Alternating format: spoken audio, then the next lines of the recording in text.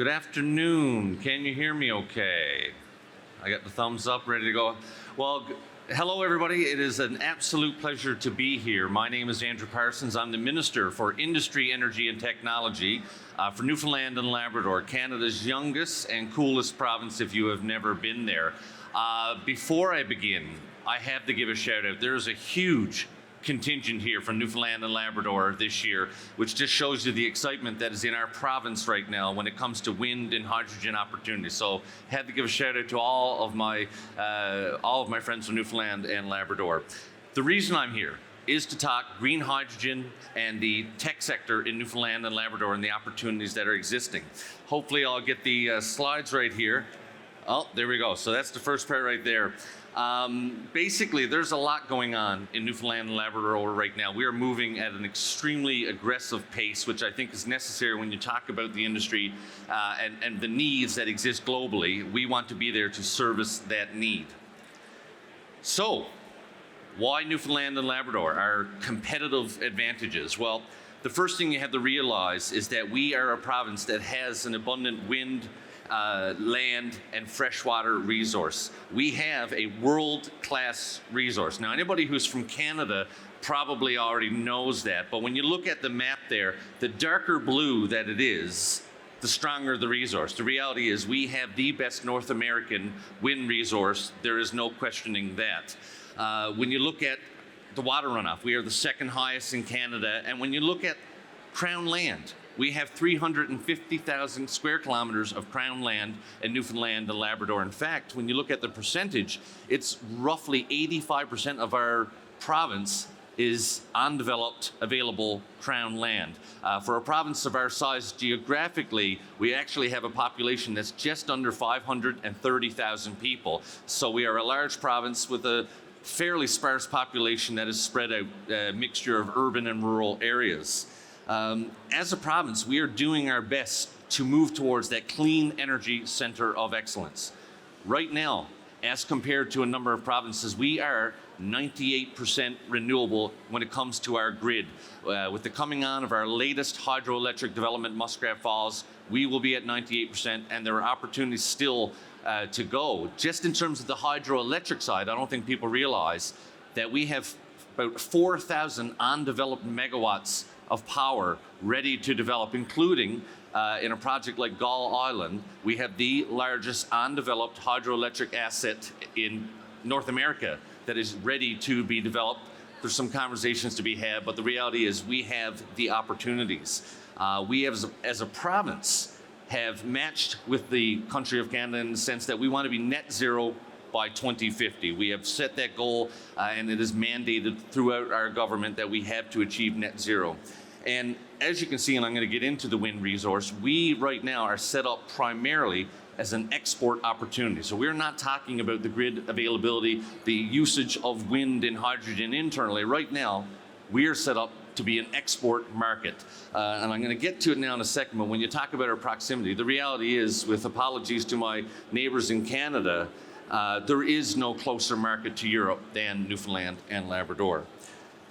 29,000 kilometers of coastline available, large ice-free ports in a multiple number of communities, some of which we have here with us today, a number of municipalities that are here that want to get in on development and have the resources that are necessary, including the shipping ports, ice-free, and again, we are right on the eastern seaboard European trade lines. We are so close and in those seaports that is an amazing opportunity.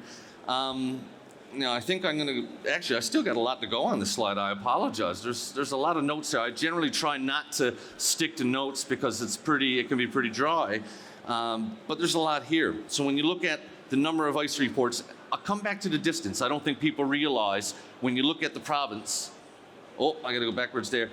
Right there in Newfoundland and Labrador, we are actually about 4,000 kilometers from Rotterdam. Just to give that some context, we are 7,000 kilometers from British Columbia in the same country. We are the closest opportunity to the entirety of Europe as well as the eastern seaboard. The other thing that we have, and I think is necessary in this day and age, is we have a large and skilled workforce. We've got an abundance of people that are capable when it comes to any kind of skilled trades. We have significant multiple decades of experience when it comes to the oil and gas projects, both within our province and the rest of Canada. And the reality is that there's going to be a transition as we talk about those workers into the renewable sector. But we have that skilled expertise. We have a number of private and public institutions where that training is also being provided, whether it's Memorial University, the Marine Institute, or the College of the North Atlantic in our province. We have the post-secondary institutions that are necessary to providing that expertise. Now, our tech sector. Sometimes people don't really recognize the fact, and again, technology and adaptation is going to be necessary when we talk about the transition that is happening. So just a couple of stories we want to point out there. When you look at a province that has just over 500,000 people, 6,500 are employed through the tech sector, over 200 companies, well over $1 billion being contributed to our economy. You'll see a little part there, Verifin. Verifin was a small little tech company built by 3 gentlemen from Newfoundland and Labrador that just sold to NASDAQ. It's the largest tech acquisition in Canadian history done in Newfoundland and Labrador just 3 years ago, just under $3 billion. And the reality is that there are more of the Verifins to come. It's basically been shining the spotlight throughout Canada and North America and Europe about what can be accomplished in Newfoundland and Labrador. They are a financial, basically crime-fighting software with markets all over the world. In fact, they're continuing to grow and expand under NASDAQ's leadership. When you look at some of these other companies here, we are getting tremendous uptake when it comes to not just the ocean tech side of things, not just the resource side of things, but also when we talk about smart home energy management, people like MISA. Right now, the companies in Newfoundland and Labrador are continuing to grow exponentially, I would say, especially since 2020. We are seeing that uptake in the opportunities. And I think, again, through all the negatives of COVID, one of the realities was that it doesn't matter where you live. If you have that connection globally, you can achieve anything. And that's one of the things that we're again proving in Newfoundland and Labrador. You don't need to move to achieve success. You can achieve it right there in Newfoundland and Labrador. And I will point out to anybody that's never been, you will never find a more beautiful, safe place to visit or live than Newfoundland and Labrador. I'm going to move on to green economy support. So as a province, again, the oil industry has powered us for the last, I'm going to say 3 to 4 decades. But the reality is we're going to continue to support that, but at the same time, moving very quickly into the transition to renewable energy. So it was just last year in December that we launched our renewable energy plan, and one of the big aspects of that was wind energy projects.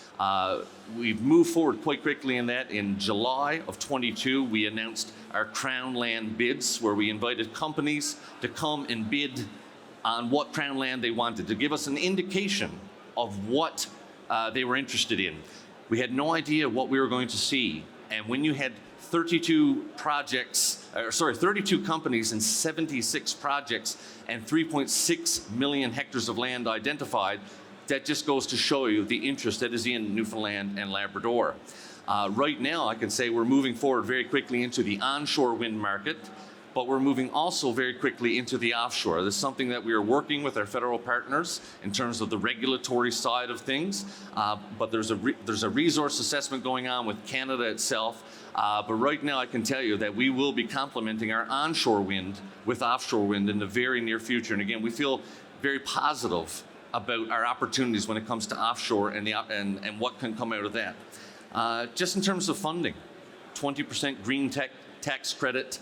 We are about to announce a sort of a little bit of a early breaking news here for Newfoundland and Labrador, but we are about to announce a $100 million green transition fund that will be launched, from $6 million annually up to $12 million just into green transition ideas, whether it's innovation, whether it's tech, whether it's development. We will be working with proponents on advancing that money. And again, as a small province, I think it's impressive how much we continue to invest in companies that want to do business in Newfoundland and Labrador.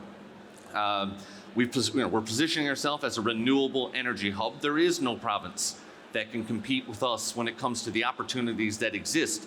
But as a province, we also recognize the need that we have to partner with companies. It's a partnership. This is about finding win-wins for everybody, and we recognize that and certainly take that to heart when we move forward with our development. In terms of our agreements, right now, just last summer, there was a letter of support for Canada-Germany hydrogen development. The Chancellor of Germany was in Stephenville, Newfoundland to sign an agreement along with our Prime Minister. Just a month later, our Premier was in Germany to sign a declaration of intent with the City of Hamburg as it relates to hydrogen. And just yesterday, we signed a memorandum of understanding with the Port of Rotterdam on finding mutual opportunities between Newfoundland and Labrador and Rotterdam and beyond. And we recognize the importance of Rotterdam when it comes to port access in Europe. When you talk about the energy imports that are coming, this is the prime place to be. And I think that's recognized by the fact that we have a Newfoundland contingent here that's almost 100 strong. I think that signifies the interest that we have here and the opportunities that exist here.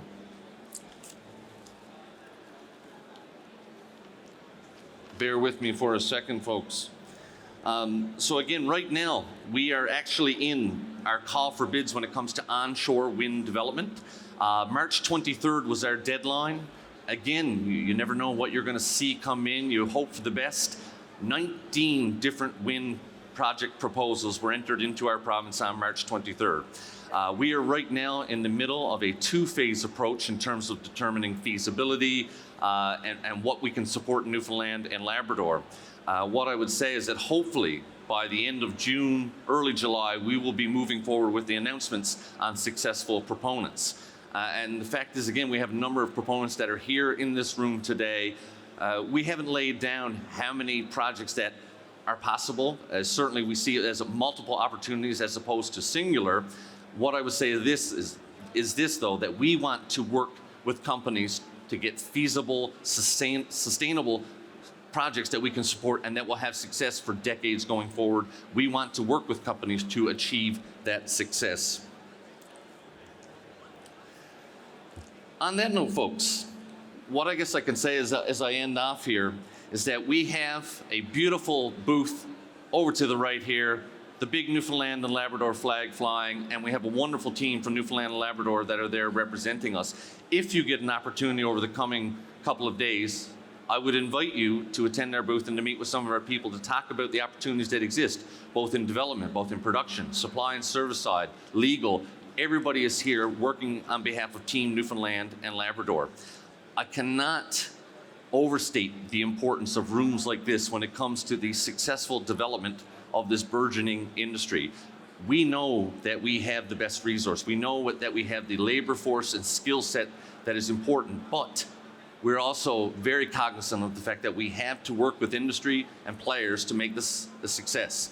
As a small province, the fact that we have again, small is not necessarily a bad thing. We like to consider ourselves nimble and willing to work with governments and proponents in terms of being regulatory stable, knowing that you're going to come into an environment where you have certainty. And in these days of investment, I think certainty is something that all investors want. They have to know that there's an opportunity, that your dollars are going to be safe, and that is what we are trying our best to provide as a province.